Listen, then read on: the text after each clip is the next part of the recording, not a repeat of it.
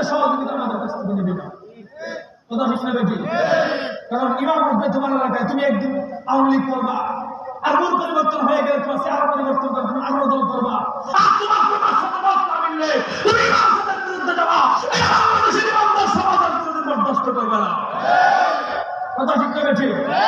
মুহতারাম হাজিরিন, সমাজের একটা নিয়ম, ইমাম সাহেব যখন তোমাদের খতিবের মেম্বারের চেয়ারে বসে যাবে, প্রত্যেকটা মুসলিম এবং কমিটির দায়িত্ব হচ্ছে ইমাম সাহেবের জুতা বহন করা, ইমাম সাহেবের দিকে চোখ রাখার কথা বলা।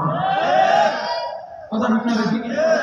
ইমামের জুতা বহন করার যোগ্যতা এবং মন মানসিকতা তোমার মাথাতে মসজিদ আসার বিরুদ্ধে থাকে। মনে করো তোমার ইমামের ভিতরে ভেজাল আছে, ঘাটতি আছে। কথা ঠিক না বেশি? মুহতারাম হাজিরিন, তো যেই কথাটা বলতেছে ইমাম সাহেব যখন বলে গানে গানে আছে তাকে গেলে কথা, এই যে আমার এই কথাগুলো অনেকে ফিতা লাগতেছে, মাঝখান থেকে উঠে উঠে যাইতেছে, কোনো সমস্যা নাই। যারা উঠে চলে যেতেছে ঘরের পর সারা জীবন তারা থাকবে, কোনোদিন শুদ্ধ হতে পারবে না। কথাটা বুঝেন? ইমাম সাহেব আসরের সময় চলে যায় আমাদের আগে, কারণ যে বলে দিচ্ছে পাবলিকের জন্য ইমাম সাহেব যাইতে দেবে খেয়াল করবে।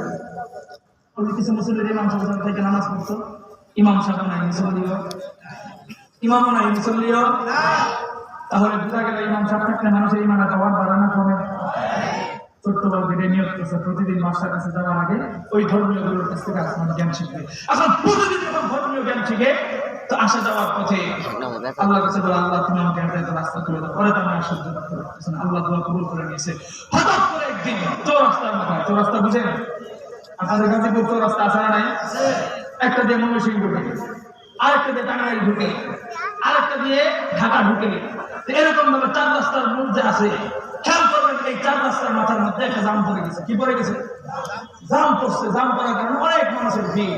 ছোট্ট বাবু তাকায় দেখে ভিতরে একটা হিংস্র প্রাণী বসা, যেই প্রাণীটাকে ভয় করে ময়মনসিংহের মানুষ ঢাকায় ঢুকতে পারতেছে না, টাঙ্গাইলের মানুষ গাজীপুর ঢুকতে পারতেছে না, গাজীপুরের মানুষ মুসলিমদের ঢুকতে পারতেছে না, বিশাল একটা দাম ধরে পড়ে গেছে।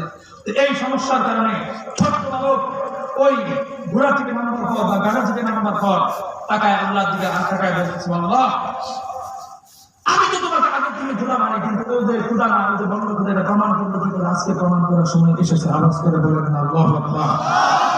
আর চিৎকার করে